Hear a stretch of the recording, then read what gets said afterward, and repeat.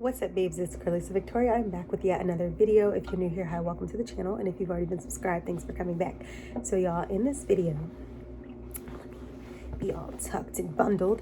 In this video, we're gonna just talk about what's next. Okay, so you guys know I have been studying for a long time to pass my broker's exam, which I can now talk about because your girl has passed her broker's exam for real estate.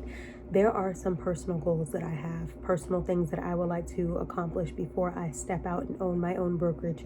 There are some things that I'm going to be doing to get there. So you guys know I do days in the life of a realtor. I just do videos like that. I'm going to be back on doing them more frequently. Days in the life of a realtor are not the same every day. There could be days where, you know, it's busy. There could be days where things don't go right. There could be days where I'm completely doing something else and I've put everything off for a specific day. Basically, what I'm saying is there are ups and downs and things like that that are going to occur when you are in this industry, depending on how much effort and how much energy and time you're able to put forth will determine what your weeks will look like. Because ultimately you are your own entrepreneur, you are your own independent contractor. You're not going into a 9-to-5 where it's going to pay you a salary. You literally going to be are what you work. Currently I have working on 2 different real estate deals, one local, one out of state, and you know, I'm just basically trying to grab and I'm trying to actually get a listing that's going to be a really good listing if I can pull it. So there's some things that I'm working on my side. I'm rebranding, I'm re-strategizing. There's things that I can do. Now, let me just explain to you. Basically, in every state, the titles of real estate, like brokers, I think it's Carolina, they call them broker in charge when they're basically like just a new starting out real estate agent. I don't know what they call it when you're actually eligible to own your own brokerage, because just to give you some story time, not on me, but just in general, when you are in real estate, basically, because some people, you know, they know, oh, you just passed your broker's test, oh, you're about to, you know, that's major. And other people are like, I don't even know what the difference is. So basically a sales associate here, and I'm referring to here because it's different in different states, or when you get a real estate license for the first time, you typically are you're not eligible to go open up your own business. You have to hang your license with a broker in order to be able to operate as an agent. But at all times, you must be in compliance with real estate requirements and have your stuff up to par to be able to participate as a realtor.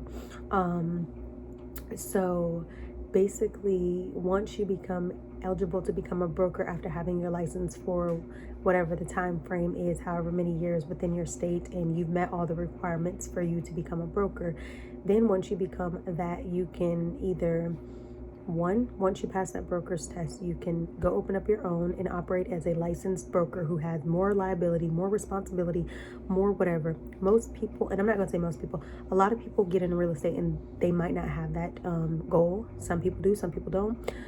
Some people just want to have a license. Some people, you know, for me, I've always wanted to have my own law firms when I wanted to do 100% law. So it all aligns with my vision for myself at a younger age. And that's the same thing I'm going to be doing when it comes down to like the broker's license. Eventually, I want to be able to have my own locations and stuff like that for my broker firms and my broker offices.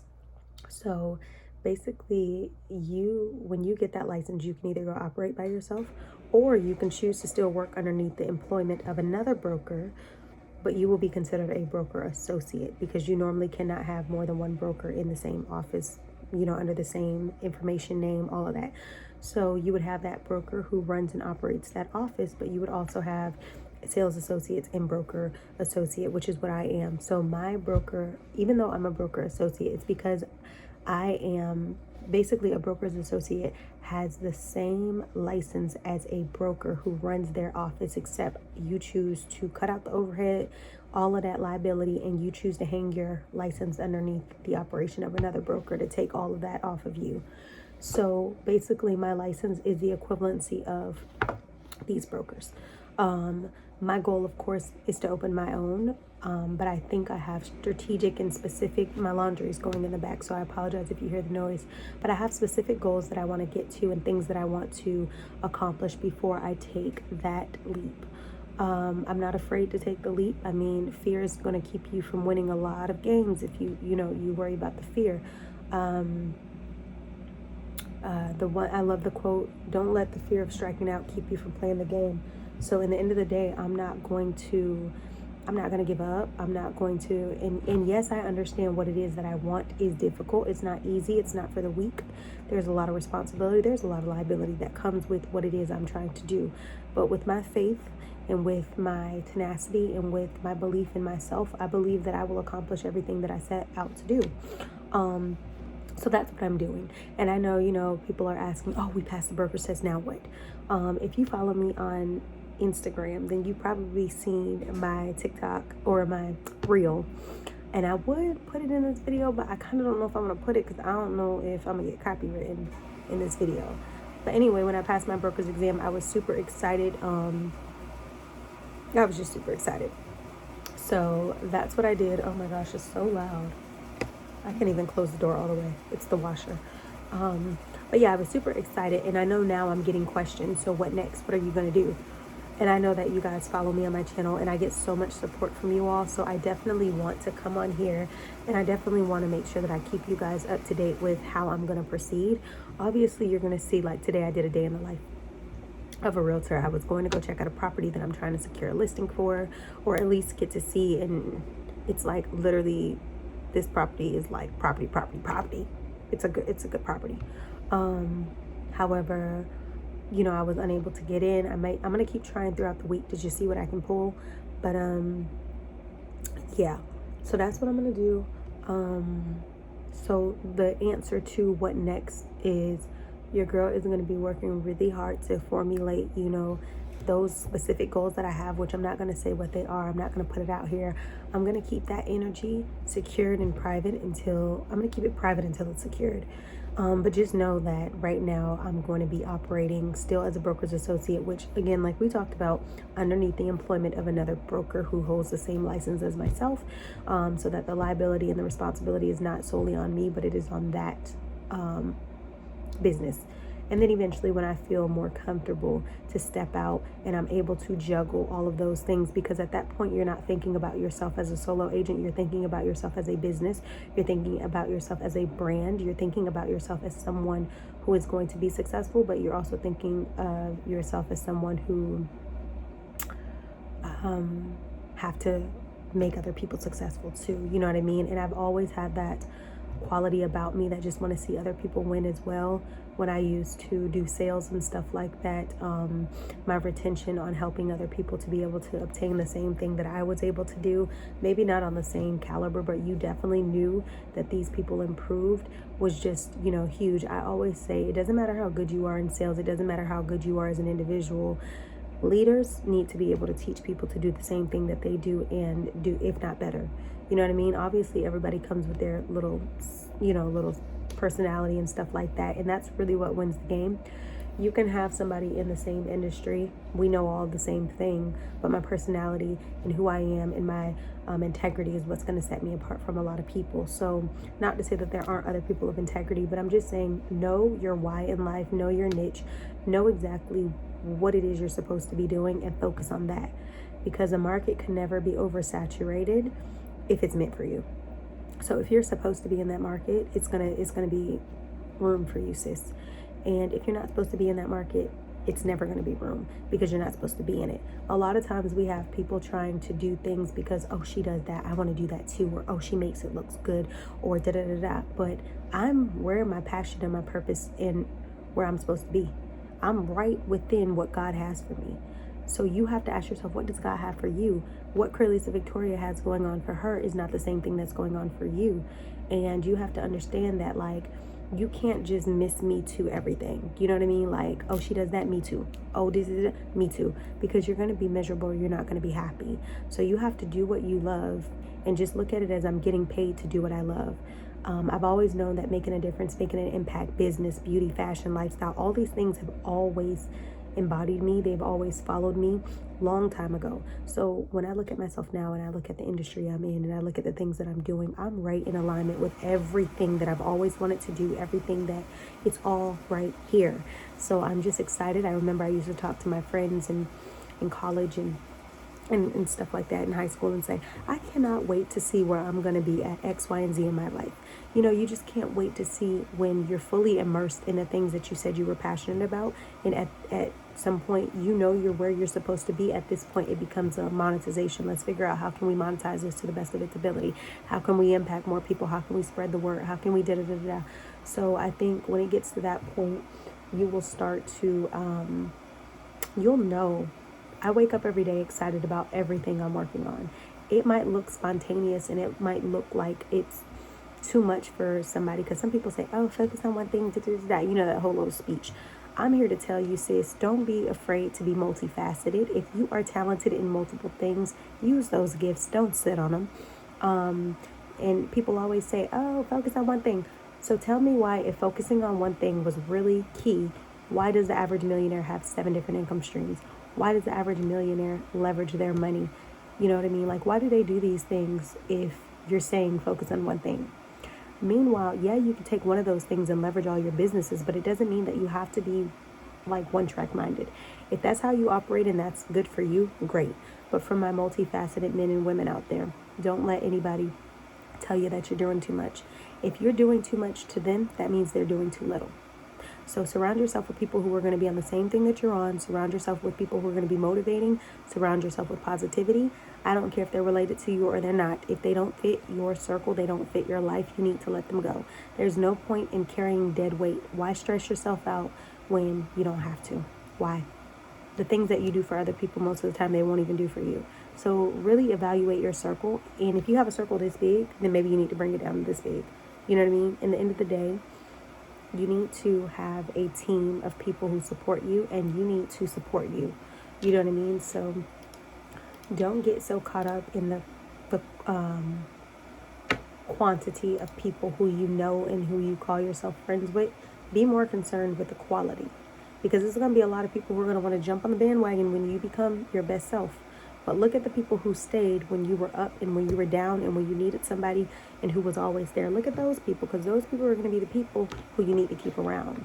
Stop letting the length of time or the capacity in which you know someone keep them in your life. Like, if they're not meant to be there, wish them well and just go about your life. Like, it's so many people who, it's like, I don't want to be associated with you anymore, but I still hope, you know, the best for you.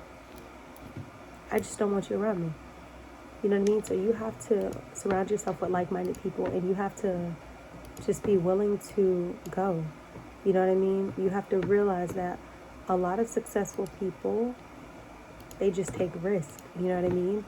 They don't listen to the people who said they couldn't do this, or they wouldn't go here, or they wouldn't be this. If they did, they wouldn't be who they are. You know what I mean? So in the end of the day, be your best, do your best. And when you have pure intentions, a good heart, and integrity and tenacity, discipline and consistency, you're going to be successful. I say this all the time. It's impossible not to get results when you exert effort. If you're putting effort and you're disciplined, you're consistent, you're doing all of these different things, it's impossible for you not to be successful.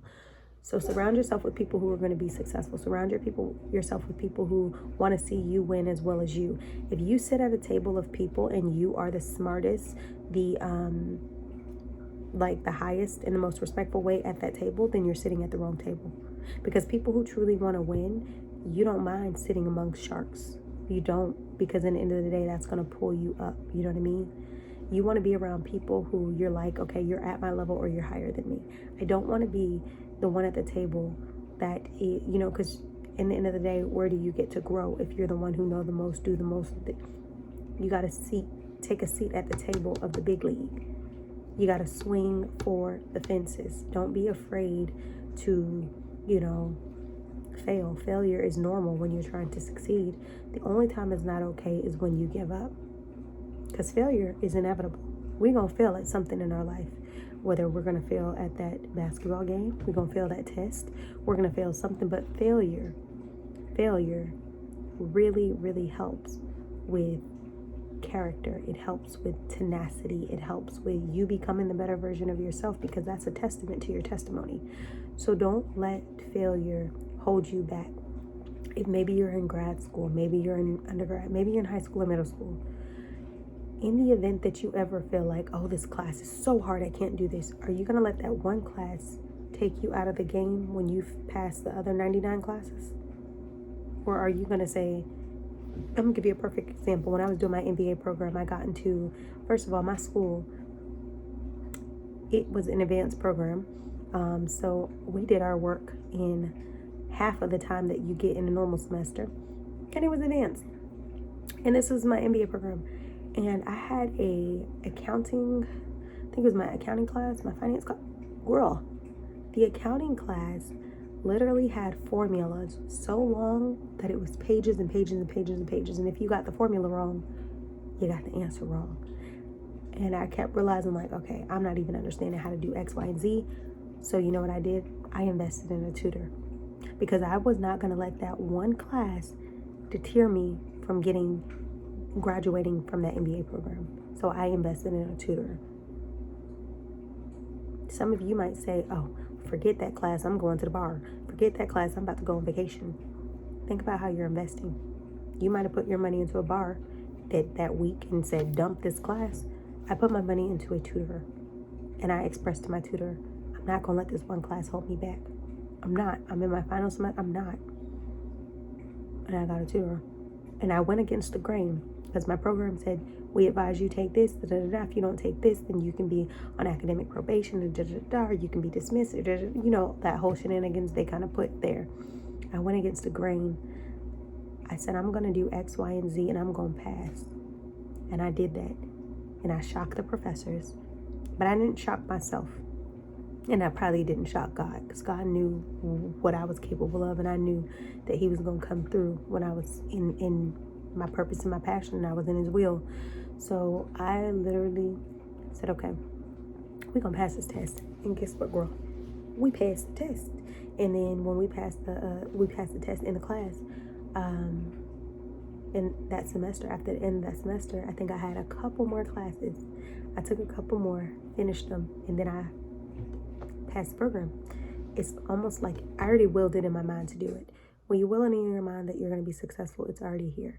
If you tell yourself you're not going to be successful, you're not going to be successful. Newsflash. It doesn't take a rocket scientist to tell you that what you put in your mind, what you believe is what you're going to become. So manifest it. Speak positivity over yourself. When it came to my broker's test, I'm like, oh, I'm taking this test. I'm passing it by the end of this year. I'm going to pass it by the end of this month. I wish you guys can see my October goals. Everything in my October goals that I said I was going to do and complete, done, completed. I don't say that to be boastful, but I'm trying to tell you that the power of manifesting, law of attraction, and walking in your purpose and your passion is real. The only thing that's going to keep you from doing that is you. You are your greatest limit. So whatever it is that you've been aspiring to do, whatever it is that you want to do it. How will you ever know what's on the other side if you never try? So I hope you guys enjoyed this video. I'm going to continue to just vlog about my progress of becoming, because right now it's literally me becoming the woman that God has for me to be, becoming the woman that I know that I'm going to be, becoming the better version of myself. I don't have to compete with anybody. I'm competing with this woman in the mirror. I don't want what she has. I don't want what he has. I want what God has for me. I want what I want for me. So in the end of the day, when you have pure intent like that, and you're not looking to, you know, oh, I want this, I want that, and greed is not your factor, you're going to get everything that's meant for you. But focus on you. Don't compete with anyone, because you should be in a lane of your own. And I wish you the best. Stay tuned. Make sure you guys like, comment, share, subscribe, and go catch the video. I did a vlog today. Yes, y'all, I'm in my, I know it looked like I'm changing outfits. I don't know. This is just like a FYI, or just like a question.